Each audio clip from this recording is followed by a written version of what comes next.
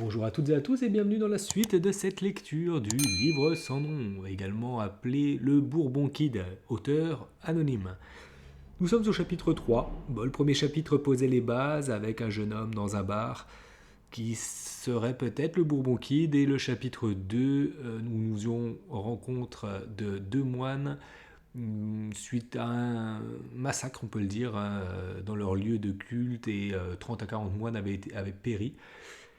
Et du coup, les moines restants sont envoyés pour chercher l'œil de la lune.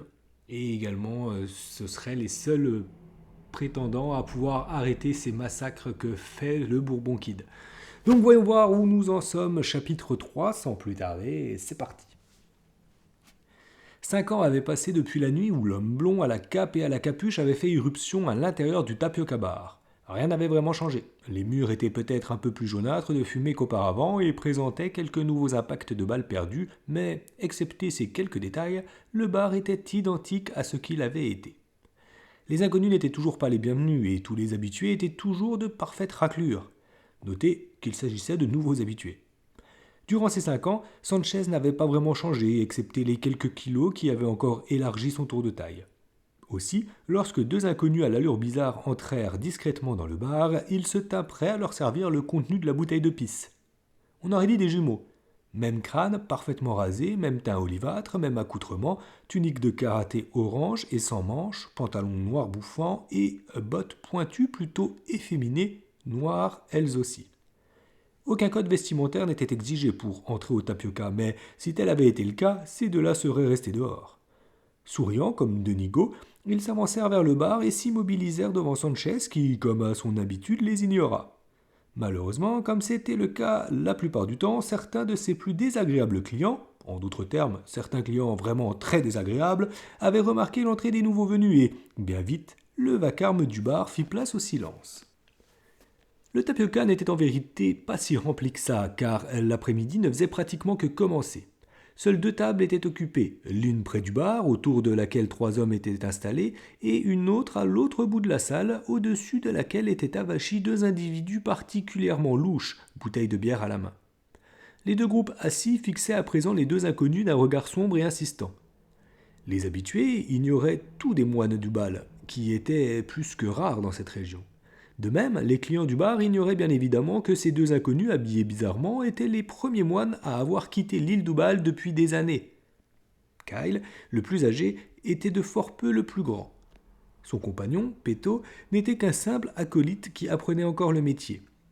Sanchez aurait été bien incapable de le deviner, et même s'il l'avait su, il s'en serait complètement foutu. Les moines avaient pénétré dans le Tapioca Bar pour une raison bien précise. C'était le seul endroit de tout Santa Mondega dont ils avaient entendu parler. Ils avaient suivi les instructions de Pertaos et avaient demandé à quelques autochtones où ils auraient le plus de chances de trouver un homme qu'on ne pouvait tuer. La réponse avait été la même à chaque fois. Essayez au Tapioca Bar. Certains avaient même eu la gentillesse de leur proposer un nom susceptible de correspondre à l'homme qu'ils cherchaient. Le Bourbon Kid revint à plusieurs reprises. Le seul autre nom cité avait été celui d'un homme arrivé récemment en ville et qui se faisait appeler Jeff. Un début encourageant pour cette quête que les deux moines poursuivaient, du moins le croyaient-ils. Veuillez m'excuser, monsieur, dit Kyle en souriant poliment à Sanchez. Pourrions-nous vous demander 2 verres d'eau, je vous prie. Sanchez prit 2 verres qu'il remplit de la pisse contenue dans la bouteille sous le bar et les posa devant les deux hommes. 6 $. Les inconnus n'auraient-ils pas saisi la provocation que constituait en soi ce prix scandaleux que le ton bourru de Sanchez leur en fit clairement prendre conscience? Kyle, sans cesser d'afficher un sourire forcé à l'attention de Sanchez, donna un léger coup de coude à Peto et lui glissa à l'oreille « Peto, donne-lui l'argent. » Le visage de Peto s'allongea. « Mais Kyle, 6 $, ça ne fait quand même pas un peu cher pour 2 verres d'eau ?» répondit le jeune moine à voix basse. « Contente-toi de lui donner l'argent, répliqua Kyle d'un ton pressant. Il ne faut pas que nous passions pour des imbéciles. Par-dessus l'épaule de Kyle, Peto jeta un coup d'œil en direction de Sanchez et sourit au barman qui semblait perdre patience. « Je crois que ce type est en train de nous arnaquer. Contente-toi de lui donner l'argent, et vite. D'accord, d'accord, mais tu as vu l'eau qu'il nous a servie? Elle est un peu, comme qui dirait, jaunâtre. » Il inspira et ajouta « On dirait de l'urine. » « Peto, contente-toi de payer. » Péto tira une liasse de billets d'un petit sac noir attaché à sa ceinture, compta 6 billets de $1 et les tendit à Kyle qui, à son tour, remit l'argent à Sanchez qui s'en saisit en hochant la tête d'un air désapprobateur. Ce ne serait qu'une question de temps avant que quelqu'un s'en prenne à ces deux couillons. Par leur apparence et leur comportement, ils seraient seuls responsables de ce qui leur arriverait. Il se retourna pour encaisser l'argent, mais comme d'habitude, avant que la caisse enregistreuse ne retentît, déjà une première question était posée aux deux inconnus. « Eh, vous voulez quoi, les têtes de nœuds ?» lança l'un des individus louches de la table du fond. Kyle s'aperçut que l'homme qui venait de s'exprimer regardait dans leur direction, aussi se pencha-t-il à nouveau pour murmurer à l'oreille de Péto « J'ai l'impression que c'est à nous qu'il s'adresse. » « Vraiment ?» répliqua Péto d'un ton étonné. « Qu'est-ce que c'est une tête de nœud ?»« Je l'ignore, mais il semblerait que ce soit une insulte. » Kyle se retourna et vit que les hommes de la table du fond s'étaient levés. Le plancher de bois trembla violemment sous le pas des deux voyous, aussi louches que terrifiants, qui s'approchaient des deux moines. Tout en eux respirait l'antipathie. Tout en eux respiraient les problèmes. Même des étrangers, aussi naïfs que Kyle et Péto, étaient capables de sentir cela. « Quoi qu'il arrive, » murmura Kyle à Péto, « ne fais rien qui puisse les énerver. Ils ont l'air assez peu recommandables. Laisse-moi leur parler. » Les deux fauteurs de troubles étaient à présent campés, à quelques enjambées seulement, face à Kyle et Péto. Tous deux semblaient ne pas avoir pris de douche depuis longtemps, apparence confirmée par l'odeur qu'ils dégageaient. Le plus robuste des deux, un homme du nom de Jéricho, chiquait et un léger filet de tabac brun s'écoulait à la commissure de ses lèvres. Il avait une barbe de plusieurs jours, portait la moustache insalubre apparemment de rigueur dans ce bar, et à en juger par son air, avait dû passer ses jours derniers au tapioca sans rentrer chez lui. Son compagnon, Rusty, était bien plus petit, mais sentait tout aussi mauvais.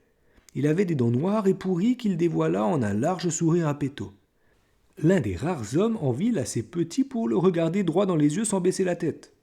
De même que Péto était l'apprenti de Kyle, Rusty était la doublure de Jéricho, criminel endurci et renommé dans la région.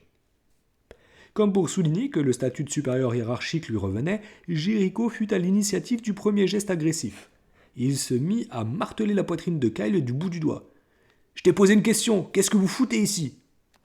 Les deux moines notèrent la tonalité rocailleuse de sa voix. « Eh bien, je m'appelle Kyle et voici mon novice, Péto. Nous sommes des moines d'une île du Pacifique nommée Ubal, et nous sommes à la recherche de quelqu'un. Peut-être pourriez-vous nous aider à le retrouver ?»« Ça dépend qui vous recherchez. »« Eh bien, il semblerait que l'homme que nous recherchons se fasse appeler le Bourbon Kid. » Un lourd silence se répandit dans le tapioca. Même le ventilateur se tut. Un bris de verre retentit de l'autre côté du bar. Sanchez venait de laisser tomber un verre vide qu'il tenait à la main. Il n'avait entendu personne prononcer ce nom dans son bar depuis très longtemps. Très très longtemps. Et ce simple nom éveillait en lui d'horribles souvenirs. La simple mention de ce nom le faisait frémir.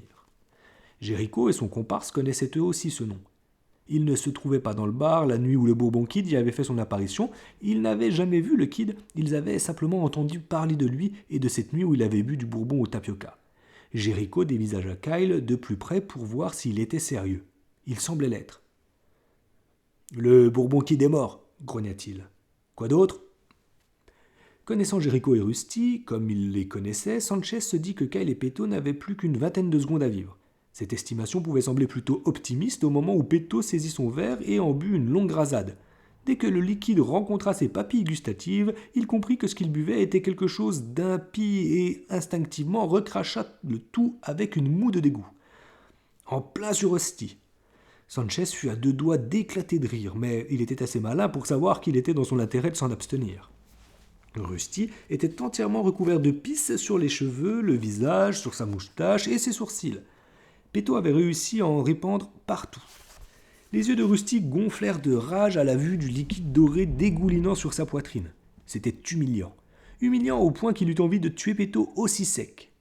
D'un geste leste, il saisit le pistolet dont l'étui pendait à ses hanches. Son pote Jéricho fit de même et brandit lui aussi son arme. Les moines d'Ubal chérissent la paix plus que tout, mais ils pratiquent également les arts martiaux dès leur plus tendre enfance. Aussi, pour Kyle et Péto, neutraliser les deux voyous ivres était un jeu d'enfant, presque au sens littéral étant donné l'éducation des moines, même si les agresseurs pointaient leurs armes dans leur direction. Les deux moines réagirent en même temps, avec une vitesse déconcertante. Sans un bruit, tous deux se baissèrent et lancèrent la jambe droite entre celles de celui qui leur faisait face. Tous deux replièrent alors leurs jambes derrière le genou de leur agresseur en un mouvement sec.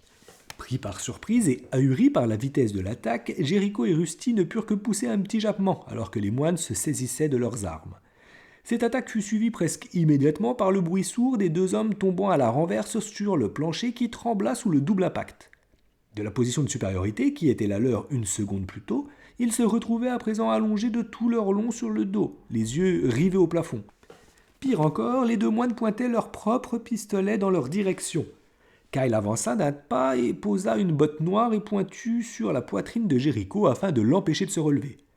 Péto ne prit pas la peine de l'imiter pour la simple et bonne raison que Rusty s'était cogné si fort la tête en tombant qu'il était à présent peu probable qu'il sût où il se trouvait. « Alors, savez-vous où se trouve le Bourbon Kid, oui ou non » demanda Kyle en pressant son pied contre la poitrine de Jéricho. « Va te faire enculer !» Bang ! Le visage de Kyle fut soudain éclaboussé de taches de sang. Il regarda sur sa gauche et aperçut la fumée qui s'échappait du canon de l'arme de Péto. Le jeune novice venait de tirer en plein dans le visage de Rusty. Un immonde salmigondis recouvrait le plancher ainsi que les deux moines. « Péto, pourquoi as-tu fait cela ?»« Je suis désolé, Kyle, mais c'est la première fois que je me sers d'une arme à feu. Je crois que le coup est parti lorsque j'ai pressé sur la détente. » « Les armes à feu ont tendance à réagir comme ça, tu sais, » répondit Kyle sans méchanceté. Péto tremblait si fort qu'il avait du mal à garder son pistolet en main. Il était en état de choc. Il venait de tuer un homme. Il avait pensé que jamais il ne commettrait pareil crime. Néanmoins, soucieux avant tout de ne pas laisser tomber Kyle, il relégua de son mieux ce meurtre dans un coin de sa conscience. Il ne serait cependant pas facile de l'y maintenir, le sang éclaboussé un peu partout ne cessait de lui rappeler son geste malheureux. Pour sa part, Kyle s'inquiétait beaucoup plus du manque de crédibilité que leur vaudrait pareil incident et se félicita que le bar ne fût pas plein. « Franchement, tu es insortable, lança-t-il sur le ton de la gronderie. « Pardon. »« Péto, rends-moi un service. »« Bien sûr, quoi donc ? » ?»« Cesse de pointer cette chose sur moi. » Péto abaissa l'arme. Rassuré, Kyle reprit l'interrogatoire de Jéricho. Les trois hommes, assis à l'autre table, avaient tourné le dos à l'action pour se concentrer sur leur boisson, comme si ce qui était en train de se passer était tout à fait normal. De la pointe du pied, Kyle appuya de nouveau sur la poitrine du voyou survivant. « Écoutez, mon ami, dit-il d'un ton raisonnable, tout ce que nous désirons savoir, c'est l'endroit où nous serions le plus susceptibles de le trouver, le Bourbon Kid. Pouvez-vous nous aider, oui ou non ?»« Non, putain !» Bang ! Jéricho hurla en saisissant sa jambe droite, le sang giclait en tous sens à l'endroit où la balle s'était fichée, juste en dessous de son genou. À nouveau, de la fumée échappait du canon de l'arme de Péto. « Pardon, Kyle, » bégaya le novice. Le coup est encore parti tout seul, je te jure, j'avais pas l'intention de... Kyle hocha la tête d'un air exaspéré. Ils avaient dorénavant tué un homme et blessé un autre. Pas tout à fait la méthode la plus discrète pour récupérer la pierre précieuse bleue connue sous le nom d'œil de la lune. Mais, pour être honnête, et même s'il était l'aîné des deux, Kyle devait bien reconnaître que le fait d'être si loin d'Oubal le rendait lui aussi nerveux. Dans ces circonstances, il se devait d'accepter que Péto ait au moins 2 fois plus la frousse. Peu importe, veille simplement à ne plus le refaire. Les jurons de Jéricho semblaient épaissir l'atmosphère du bar, tandis qu'il se contorsionnait de douleur par terre, toujours bloqué par la botte de Kyle qui pressait sa poitrine. « Je sais pas où se trouve le Bourbon Kid, je vous jure !» cria-t-il d'une voix rauque. « Vous voulez que je demande à mon ami de vous tirer dessus une seconde fois ? » Non, non, je vous en supplie, je vous jure que je sais pas où il est, je l'ai jamais vu, je vous en prie, faut que vous me croyiez. Très bien. Est-ce que vous avez entendu parler du vol d'une pierre précieuse bleue qu'on appelle l'œil de la lune ? Jéricho s'immobilisa un instant, signe qu'il savait quelque chose. Ouais, j'en ai entendu parler, lâcha-t-il en grimaçant. Un type du nom d'El Santillo essaie de mettre la main dessus. Il offre un gros tas de pognon à celui qui lui remettra. Mais c'est tout ce que je sais, je vous le jure. Kyle éloigna sa botte de la poitrine de Jéricho et s'avança vers le bar. Il saisit son verre qu'il n'avait pas encore touché et avala une gorgée avant de le recracher avec une mine dégoûtée, suivant l'exemple de Péto. La seule différence fut qu'il recracha la gorgée sur Sanchez. « Vous feriez mieux de remplir votre bouteille d'eau fraîche. J'ai l'impression que celle-ci a un peu trop stagné, » suggéra-t-il au barman trempé et médusé. « Allons, Péto, en route. »« Attends, » lança Péto. « Demande-leur, pour l'autre type, ce Jeff. Demande-leur s'ils savent où on peut le trouver. » Kyle regarda Sanchez qui essuyait la pisse sur son visage à l'aide d'un chiffon sale qui avait dû être blanc jadis. « Patron, avez-vous entendu parler d'un homme du nom de Jeff, vivant dans les alentours ?» Sanchez hocha la tête. Il avait en réalité entendu parler de Jeff, mais il n'était pas une balance, en tout cas certainement pas pour des inconnus. De plus, même s'il savait qui était Jeff, il ne l'avait jamais vu. C'était un chasseur de primes réputé qui sillonnait le monde. Effectivement, la rumeur racontait qu'il se trouvait en ce moment à Santa Mondega, mais jusqu'à présent, il n'avait pas franchi le seuil du tapioca. Et cela pour Sanchez, c'était une véritable bénédiction. J'ai entendu parler de personne, maintenant, foutez le camp de mon bar. Les moines étaient sortis sans un mot. Bon débarras, pensa Sanchez. Nettoyer le plancher du tapioca recouvert de sang était l'une des tâches qu'il aimait le moins. Et à présent, à cause de ces deux inconnus, qu'il aurait dû envoyer paître dès leur arrivée, il allait devoir s'y coller. Il alla dans la cuisine au fond du bar pour y prendre une serpillière et un seau d'eau et revint juste à temps pour voir un homme entrer au tapioca. Un autre inconnu, grand, bien bâti, habillé bizarrement, remarqua-t-il, comme les deux autres clowns. C'était vraiment une journée de merde qui s'annonçait. Sanchez en avait déjà assez et on n'en était qu'au début de l'après-midi. Il avait un type raide mort par terre, la cervelle éparpillée aux quatre coins de la salle, et un autre mec avec une balle dans la jambe. Il faudrait appeler la police, mais peut-être pas tout de suite. Après avoir serré très fort un vieux torchon autour de la jambe de Jericho et l'avoir aidé à se relever, Sanchez passa derrière le bar pour servir son nouveau client. Jericho se hissa sur un tabouret où il resta assis bien sagement. Il n'avait aucune intention de commettre l'erreur de chercher des poux aux nouveaux venus. Sanchez attrapa un chiffon vaguement propre et essuya le sang qu'il avait sur les mains tout en jetant un regard au nouveau client. Qu'est-ce que ce sera l'étranger ? L'homme s'était assis sur un tabouret à côté de Jericho. Il portait un lourd gilet de cuir noir à moitié ouvert sur une poitrine richement tatouée et un gros crucifix d'argent. Il avait un pantalon de cuir noir assorti, de grosses bottes noires, des cheveux noirs et épais, et pour couronner le tout, les yeux les plus noirs que Sanchez ait jamais vus. Et dans cette région, ça signifiait vraiment très noir. Il ignora Sanchez et tira une cigarette du paquet souple qu'il avait déposé sur le bar, devant lui. Il lança la cigarette en l'air et, sans bouger, l'attrapa entre les lèvres. Une seconde plus tard, il sortit de nulle part une allumette enflammée avec laquelle il alluma sa cigarette avant de lancer l'allumette en direction de Sanchez, le tout en un seul geste leste. « Je recherche quelqu'un, dit-il. »« Et moi, je sers des boissons, répondit Sanchez. Alors, vous commandez ou non ?»« Serre-moi un whisky. » Puis, il ajouta, « Avise-toi de me servir de la piste et je te bute. » Sanchez remarqua sans surprise un ton rocailleux très distinct dans sa voix. Il servit un whisky et posa la bouteille sur le bar, en face de l'inconnu. « $2. » L'homme avala le whisky et reposa violemment le verre vide sur le bar.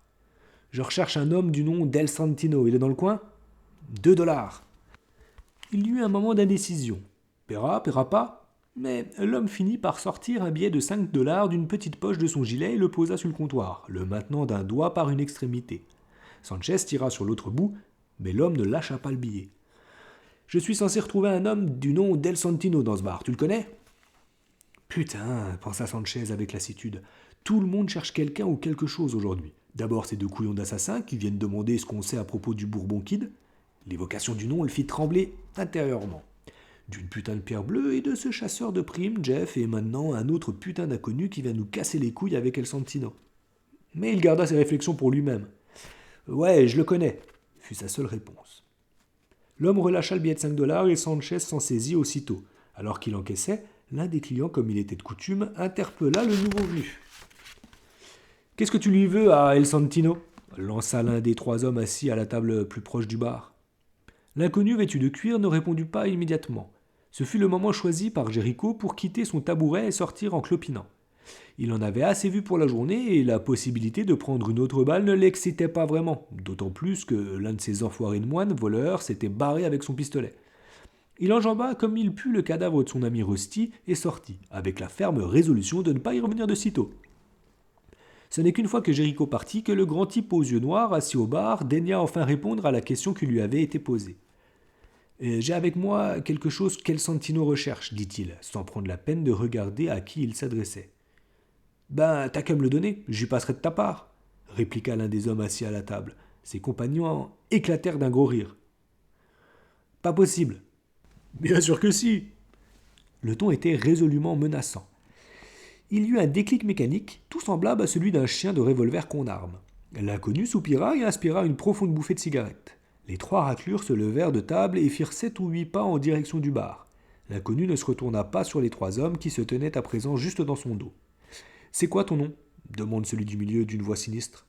Sanchez ne connaissait que trop bien ce salopard particulièrement dégueulasse avec des sourcils noirs et broussailleux et des yeux dépareillés. Son œil gauche était marron clair, mais le droit avait une couleur bien à lui, une couleur que quelqu'un avait un jour qualifiée de couleur serpent. Ses deux camarades, Spider et Studley, semblaient légèrement plus grands que lui, sans doute parce que tous deux portaient des chapeaux de cow-boy crasseux qui avaient connu des jours meilleurs. Mais ce n'étaient pas ces deux types qui posaient problème. Eux n'étaient que les couilles. C'était la bite au milieu, avec son œil bizarre, qui représentait le seul vrai problème. Marcus Lafouine était un voleur, agresseur, violeur à la petite semaine, et il était en train de presser un pistolet contre le dos de l'inconnu. « Je t'ai posé une question, dit-il. C'est quoi ton nom, chef ?»« Jeff, je m'appelle Jeff. »« Putain de merde, pensa Sanchez en entendant ce nom. « Jeff ?»« Ouais, Jeff. »« Hé, Sanchez, lança Marcus au barman. Les deux moines, là, ils étaient pas à la recherche d'un mec du nom de Jeff ?»« Si, » répondit le barman, résolu à ne parler que par monosyllabes. Jeff aspira une profonde bouffée de cigarette, se retourna pour faire face à celui qui l'interpellait et lui cracha lentement 2 pleins poumons de fumée à la figure. « Des moines, c'est bien ce que tu viens de dire ?»« Ouais, » répondit Marquis en tâchant de ne pas tousser. « 2 moines, ils se sont barrés juste au moment où tu es rentré. T'as sûrement dû les croiser. »« J'ai pas croisé le moindre moine à la con. »« Ok, si tu veux. Écoute mon gars, rends-toi service. Dis-moi où je peux trouver El Santino. » Marcus Lafouine écarta son pistolet pour le pointer un instant en l'air, puis il rabaissa le canon qui se retrouva juste en face du bout du nez de Jeff. « Comme je te l'ai déjà proposé, t'as qu'à me passer ce que t'as et je leur filerai à El Santino ta part, hein, chef ?» Jeff jeta sa cigarette par terre et leva lentement les mains en signe de reddition, tout en affichant un large sourire, comme si tout cela n'était qu'une blague qu'il avait l'habitude de faire. Il posa ses mains derrière la tête, puis les fit glisser lentement jusqu'à la base de sa nuque. « Bon, dit Marcus, maintenant je vais te laisser 3 secondes pour me montrer ce que t'as amené à El Santino. 1, 2, boum !» Simultanément, Spider et Studley, qui se tenaient de part et d'autre de leurs compagnons aux yeux verrons, s'écroulèrent. Marcus commit l'erreur de regarder à ses pieds. Tous deux étaient étendus de tout leur long, raides morts, chacun avec un petit poignard lourd et à double lame enfoncé dans la gorge. Lorsque Marcus leva les yeux, il se rendit compte que son pistolet n'était plus dans sa main, mais à présent dans celle de Jeff, et qu'il était pointé droit sur lui. Marcus déglutit avec difficulté. « Ce mec est rapide et redoutable. »« Tu sais quoi ?» proposa Lafouine, dont l'instinct de survie refit surface immédiatement.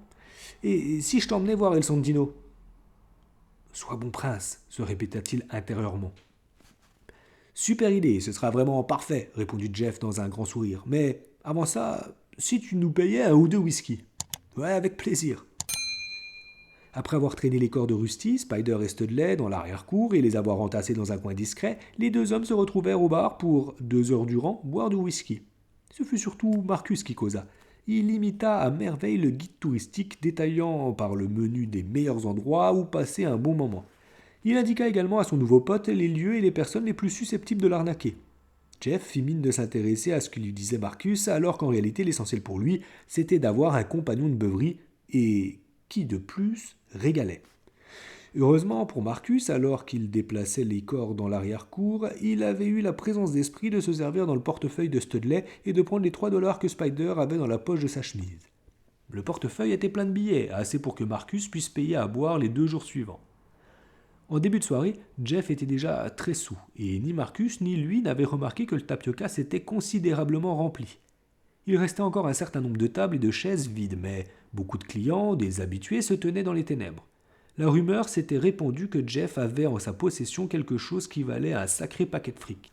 Bien que peu connu dans la région, il s'était taillé une réputation d'homme à craindre, mais il était à présent totalement bourré et devenait une cible de choix pour les nombreux voleurs qui fréquentaient le tapioca. En définitive, ce qui arriverait à Jeff un peu plus tard dans la nuit s'avérait être le catalyseur de tout ce qui allait s'en suivre, à savoir, essentiellement, des meurtres. C'est la fin de notre lecture. Et écoutez, encore un super épisode, j'adore. Franchement, j'adore ce livre. Il est trop fun et j'adore les personnages, etc. Je sais pas ce que vous en pensez. J'ai hâte de relire la suite, de continuer cette lecture. J'espère qu'il en est de même pour vous. Et puis écoutez, en attendant, je vous souhaite une très belle journée, une très belle soirée ou une très bonne nuit si tel est le cas. À bientôt!